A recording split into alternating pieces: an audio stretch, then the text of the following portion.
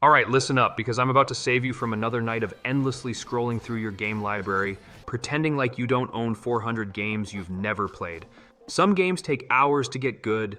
These will grab you by the eyeballs and refuse to let go in the first hour. We're talking pure addiction, no filler.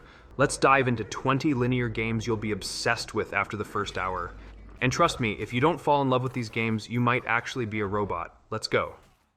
Okay, listen, I don't care how tough you think you are. Neva is coming for your soul. This game is like if someone took all the emotional gut punches from The Last of Us and Grizz and said, yeah, let's turn that up to 11. Right out of the gate, Neva is visually stunning. Like, stop playing for a second just to stare at the screen, stunning. It's got this beautifully hand-drawn art style that makes you feel like you're walking through a painting, but don't get too comfortable because this world is dying. Yep, everything is falling apart, and guess what? It's your job to fix it. The moment you start playing, you meet your wolf companion, and I kid you not, within the first 20 minutes, you will want to protect this wolf with your actual life. I'm talking throw my controller in the trash if something happens to this dog levels of attachment. And trust me, this game will test you. But the real reason you get hooked? The movement, the platforming, the seamless transitions between peaceful exploration and heart-pounding, run-or-die moments. Neva sucks you in with its beautiful world, its emotional depth, and the undeniable urge to see this journey through to the end. If you loved Grizz, get ready for another emotional roller coaster. Just bring tissues.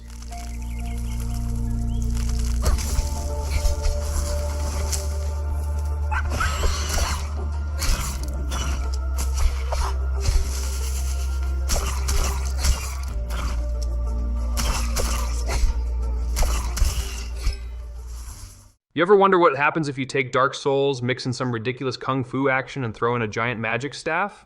You get Black Myth, Wukong, the game that will make you question every life decision that led you to fighting a 30-foot-tall, fire-breathing demon tiger. This game wastes no time. 1 minute, you're like, wow, look at this beautiful Chinese-inspired fantasy world, and the next, bam, you're getting smacked across the map by an ancient deity who thinks you looked at him funny. The combat is fast, fluid, and brutally satisfying. You're flipping, dodging, and smacking enemies with a staff that transforms into different weapons. And let's talk about the boss fights. Each one feels like a cinematic showdown straight out of a legendary wuxia film, and you will die a lot. But every fight teaches you something new, which makes every victory feel insanely rewarding. From the first moment you start fighting, this game has you hooked. If you love Souls-likes but want something with more style, more storytelling, and way more kung fu magic, Black Myth Wukong is an absolute must-play.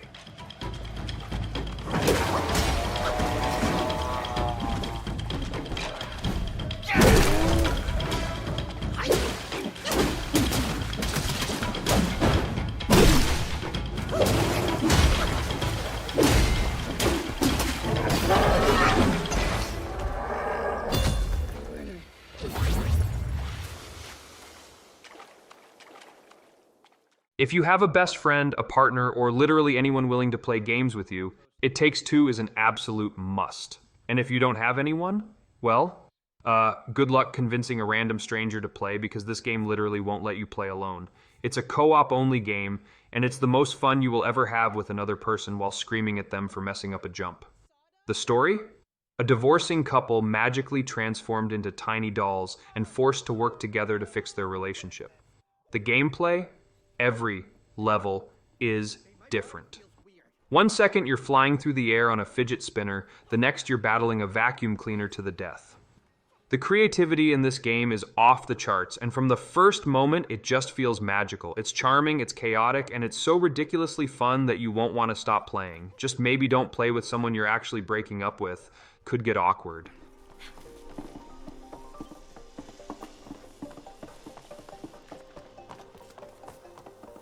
Whoa! I think this power's up for Saw. Yeah, let's check it out.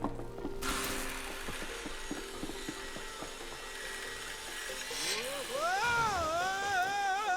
Help! Whoa! Whew. Wow. Hey, May, did you see my flip? Let's do it again. Oh, we're not here to do flips.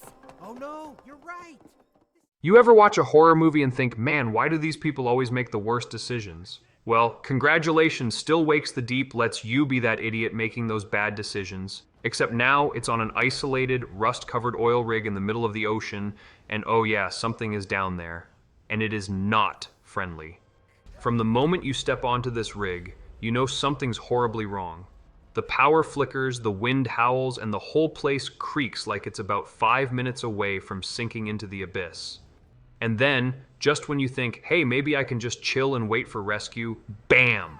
Unspeakable horror shows up. No guns, no fancy tools, just your wits, your ability to run like hell, and the faint hope that you're not the slowest person on board. The first hour will have you gripping your controller so tight you might snap it in half. And when you're crawling through tight, rusted air ducts, hearing something slithering just behind you, yeah, good luck sleeping after that.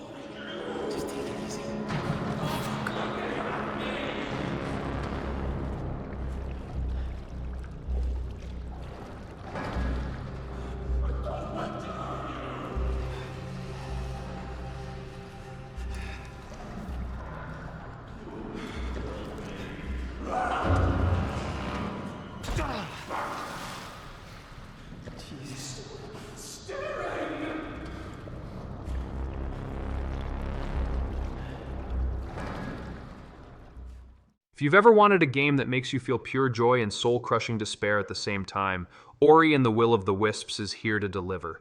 This game is gorgeous. Like, stop playing and just soak it in gorgeous. The kind of game where you take a screenshot and think, dang, this could be my desktop wallpaper for the rest of my life.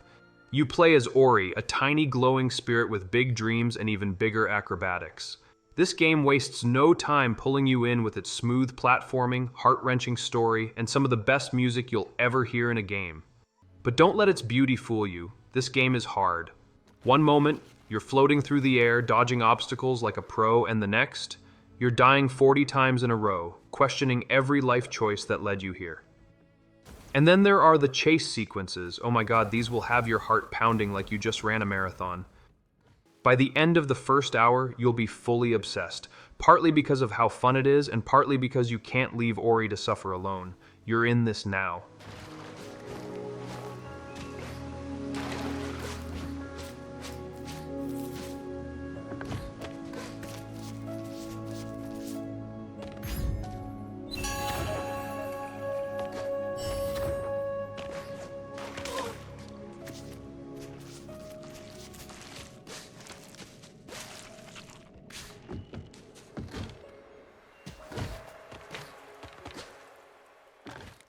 If you've ever thought, you know what would make Devil May Cry better? More guitar solos? Then congrats. Hi-Fi Rush is the game for you. You play as Chai, a dude with a robot arm and a dream to become a rock star. The only problem? Some evil megacorporation gave him a mechanical heart that turns the entire world into a rhythm game. And now he has to fight his way through hordes of killer robots. To the beat. This game is pure fun from the very first moment. The art style? Like a Saturday morning cartoon on an energy drink. The combat, fluid, stylish, and powered by music. Every attack, dodge, and movement syncs perfectly with the soundtrack, making you feel like the main character in the greatest music video ever made. And the best part? Even if you have zero rhythm, the game helps you stay on beat so you always look cool. Well, almost always. Let's be real, if you're offbeat, it just turns into a chaotic button-mashing disaster with a sick guitar riff. Either way, you're in for a blast.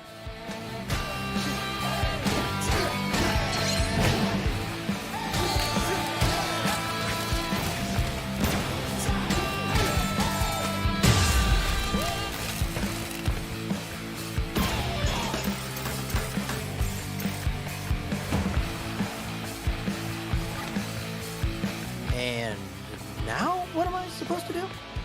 Hey! You alright?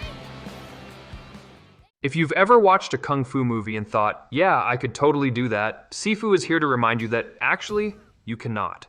This game does not hold your hand. No tutorial gently walking you through combat. No easy mode. Just you, your fists, and an army of people who really, really want to kick your ass. The first fight feels cool. The second fight, oh no, they're fighting back. The third fight, you're on the floor rethinking your life. But here's where it hooks you. Every time you die, you age. The more you lose, the older you get, until suddenly you're 70 years old, still trying to fight goons with a cane. And honestly, it's even cooler. The combat is brutal, precise, and deeply rewarding when you finally master it. By the time you hit the first hour mark, you'll either be a kung fu god or a 60-year-old with chronic back pain. Either way, you won't be able to stop playing.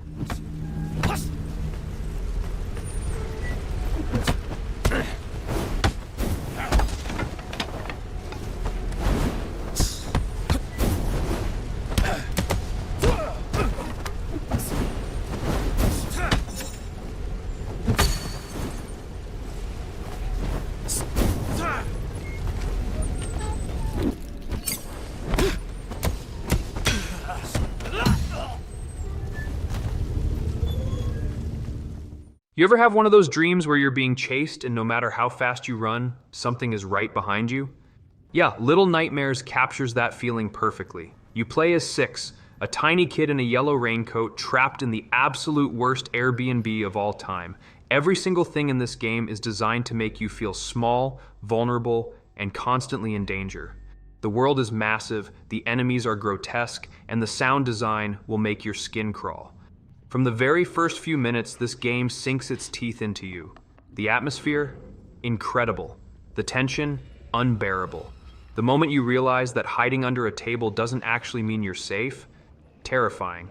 And let's talk about the chefs. These guys look like someone tried to make a human out of mashed potatoes, and they move like they've been waiting their whole lives to find a kid-sized snack. The first time you're running for your life, hearing them wheeze behind you, you'll understand. This game owns you now.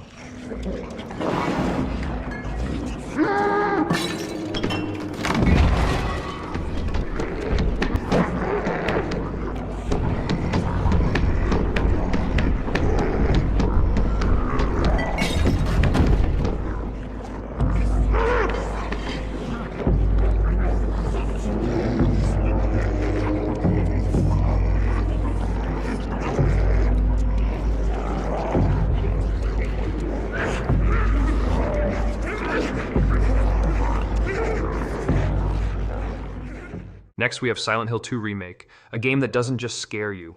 It reaches into your soul, finds your worst fears, and turns them into a beautifully terrifying masterpiece.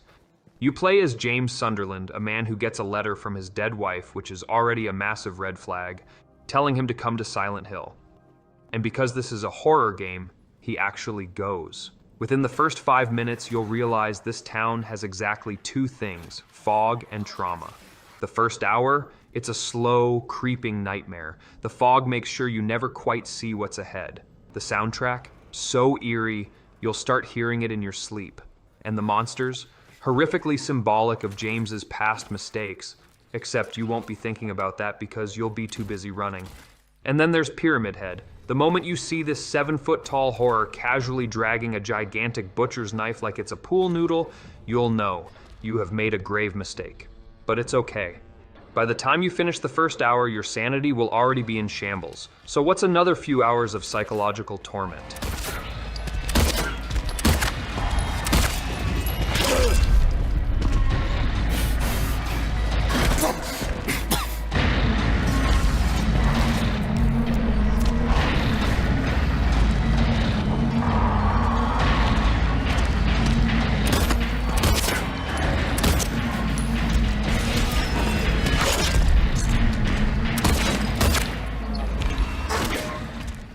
Kratos is back, and this time he's even angrier, even stronger, and slightly better at being a dad. God of War Ragnarok picks up where the last game left off, and within the first hour, it reminds you exactly why Kratos is the baddest dude in mythology. Right off the bat, you're fighting a god, not warm-up enemies or low-level minions. No. The game throws you straight into an epic god-tier brawl that will have your adrenaline spiking so hard you'll be out of breath just watching it. And can we talk about the Leviathan Axe? This weapon isn't just for combat, it's a lifestyle. Throw it, call it back, freeze enemies, cut through shields. It's like Mjolnir's cooler cousin. But what truly makes this game obsessively good is its story. Kratos is trying his best to not let his son get murdered by angry Norse gods, and Atreus is very much in his rebellious teenager phase. And let's be real, If your dad was the literal god of war, you'd probably have some issues too. By the time the first hour is over, you'll be hooked, not just on the combat, but on the incredible storytelling, breathtaking world, and the constant feeling that at any moment, something huge is about to go down. Spoiler, it always does. Freedom, to your left!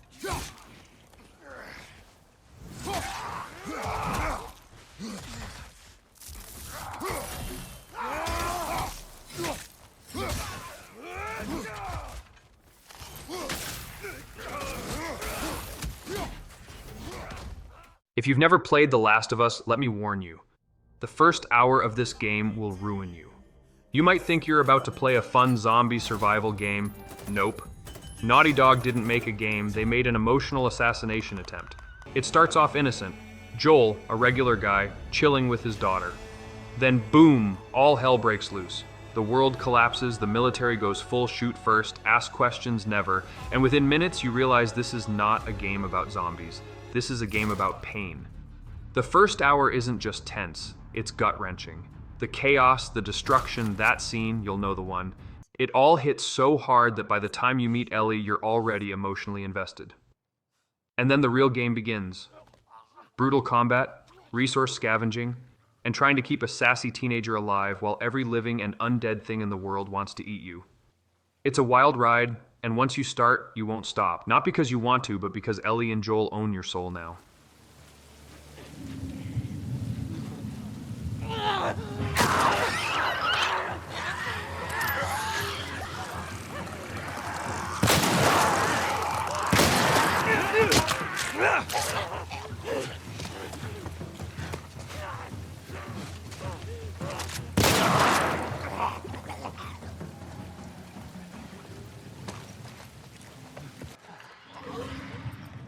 You ever watch an action movie and think, this is cool, but what if I was actually the one doing all these insane stunts?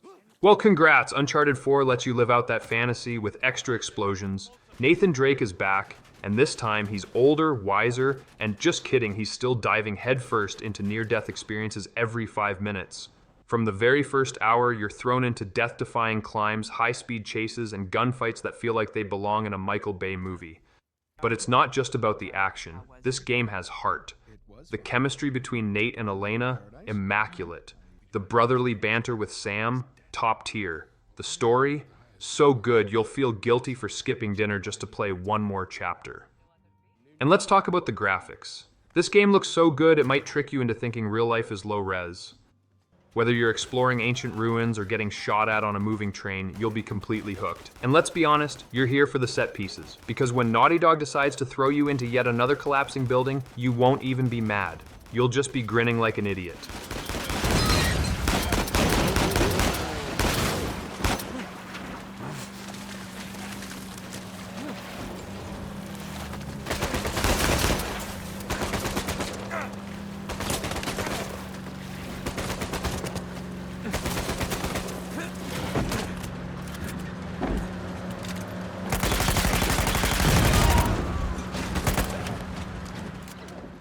Welcome to Resident Evil 4 Remake, where the enemies don't just shamble towards you, they sprint, they lunge, and they scream, before hitting you with an axe. You play as Leon S. Kennedy, secret agent, professional zombie killer, and absolute heartthrob.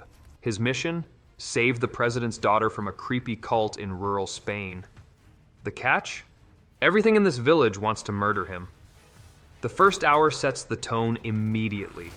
You step into the village, and before you even have time to say, huh, that's a lot of pitchforks, an entire mob is coming for you. And then, the chainsaw guy shows up. That's when the panic sets in. The combat, so satisfying. The knife parries, perfection.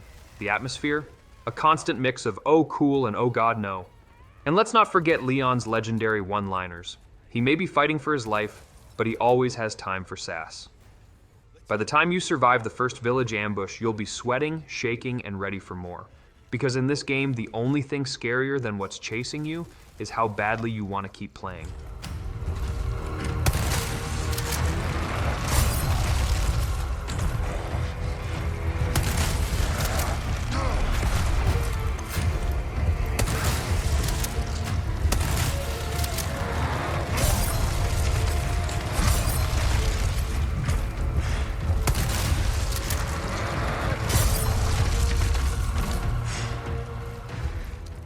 You ever look at your cat and think, man, I wish I could experience life through your tiny, judgmental eyes? Well, congratulations, Stray is here to make that dream come true. Except instead of a cozy house, you're navigating a dystopian city full of robots, secrets, and unsettling cyberpunk vibes.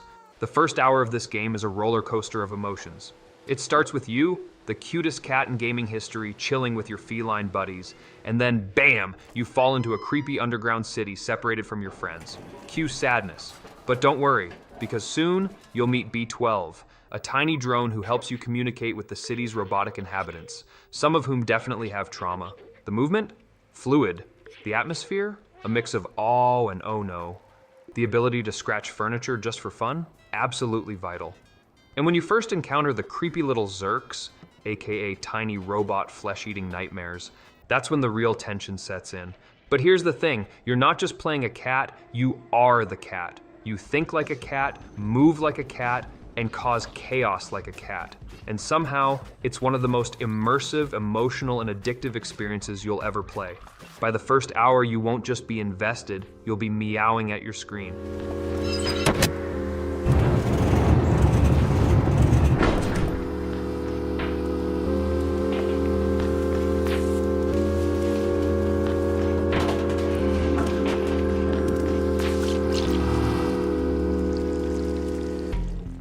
You ever played a game that makes you go, wow, this is beautiful, and then immediately punch you in the emotions? That's, brothers, A Tale of Two Sons. From the very first minute, you're thrown into a wordless world where emotions do all the talking. You control two brothers at the same time. Yes, your brain will struggle at first, as they embark on a quest to find a cure for their dying father. Sounds wholesome, right? Wrong. This game exists to make you feel things you weren't prepared for. The world, absolutely stunning. Every area you explore feels like a fairy tale mixed with a nightmare, and the puzzles are so clever you'll feel like a genius every time you solve one. The bond between the brothers?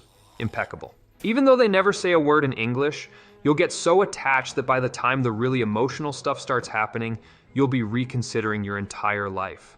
After the first hour, you'll realize this isn't just a game, it's an experience. And if you somehow don't cry at the end, check your hard drive because you might actually be a robot.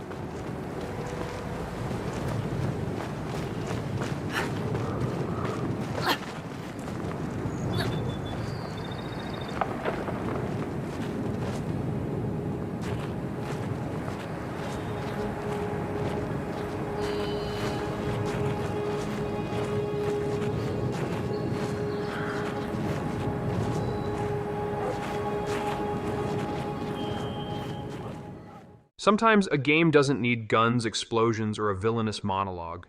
Sometimes all you need is a vast desert, a scarf, and the best sand physics in gaming history. Welcome to Journey, a game that's so simple yet so powerful, it'll stick with you forever. In the first hour, you'll walk through the desert wondering what's going on. Realize you can glide through the sand like an Olympic figure skater. Meet a random stranger, a real player, and form an unspoken bond that's more emotional than some real-life friendships. The best part? No dialogue, no UI, no distractions. Just you, the world, and music so good it'll make your soul ascend. And somehow, in that first hour, you'll be completely obsessed. By the end of your journey, see what I did there? You won't just have played a game, you'll have had a full-on spiritual awakening. You'll sit in silence, staring at the credits and wonder, did this game just change my life? Spoiler, it did.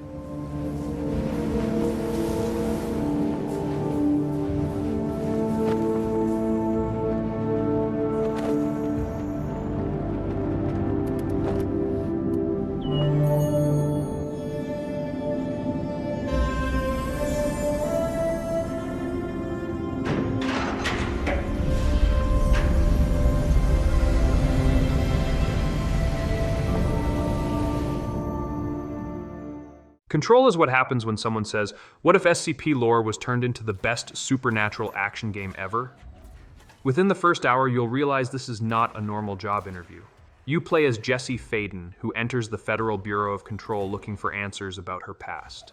Instead, she finds floating bodies, possessed office furniture, and a gun that changes shape. The first hour is a trip. One moment, you're in a regular hallway. The next, the walls start shifting, the floor disappears, and an ominous voice starts whispering things you don't understand. Also, your gun?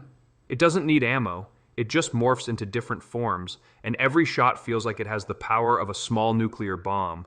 The moment you hurl a desk across the room with your mind, you'll know you are never putting this game down. It's eerie, action-packed, and so ridiculously stylish, you'll wish your actual office was this cool.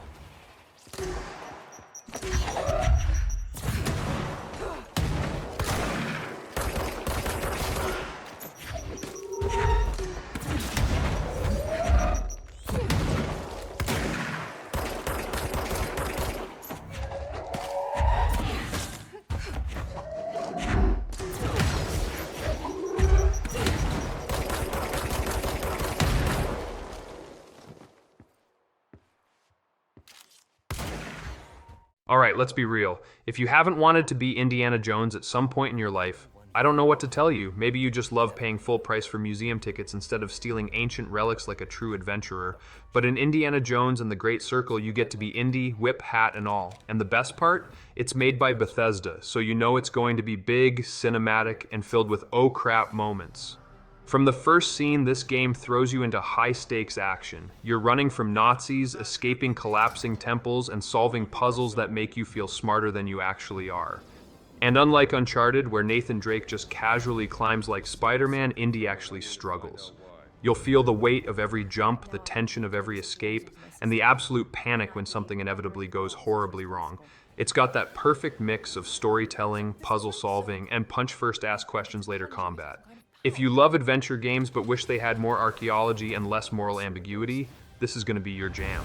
He believes it'll secure his place in history.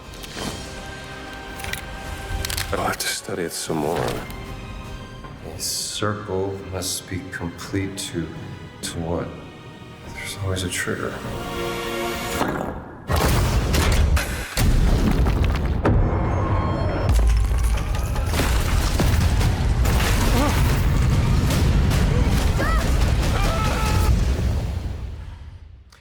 Good luck, Indy. Legends say these relics hold a force. Lara Croft, the queen of surviving ridiculous situations. If Uncharted is like a blockbuster movie, then Rise of the Tomb Raider is the gritty, survival-focused version where you really feel every scrape, fall, and freezing cold gust of wind. The first hour, absolute chaos. 1 minute, you're climbing an icy cliff like it's just another Tuesday. The next, the entire mountain is collapsing beneath you. And somehow, Lara doesn't even flinch. But it's not just about insane action. The exploration is top tier. You'll find ancient tombs, solve puzzles that make you feel like a genius, and hunt wildlife because, well, you gotta eat. Every second in this game feels like an adventure. And let's not forget the combat. Stealthy bow takedowns, satisfying. Shotgun blasts, loud and effective. Crafting explosives from random junk you find lying around. Peak survival mode. By the time you finish the first hour, you won't just love Lara Croft, you'll wish you were Lara Croft. But let's be real, you wouldn't last 5 minutes in an actual avalanche.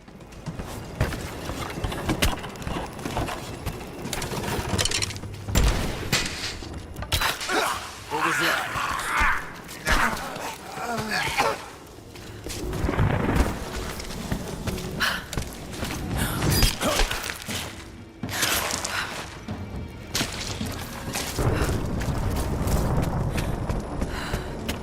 What did he say?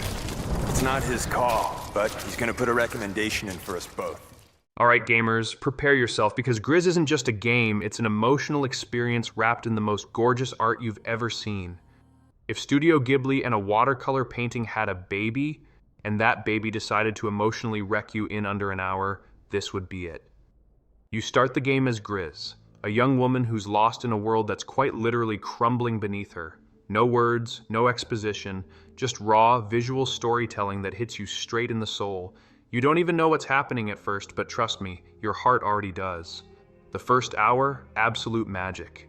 You're wandering through a silent, desaturated world, but as you move forward, color slowly returns, one breathtaking hue at a time.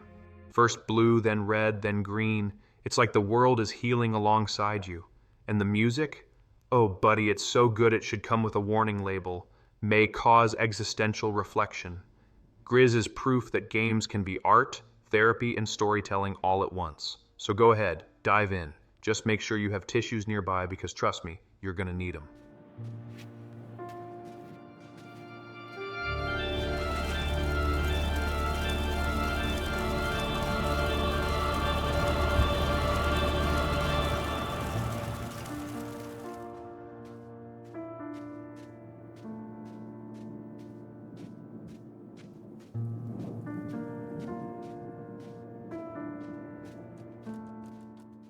And that's it, guys. Some games will make you laugh, some will make you cry, and some will make you question reality itself. Either way, you won't be getting any sleep tonight. Now tell me, which one are you booting up first? Drop a comment below, smash that like button, and subscribe for more gaming chaos.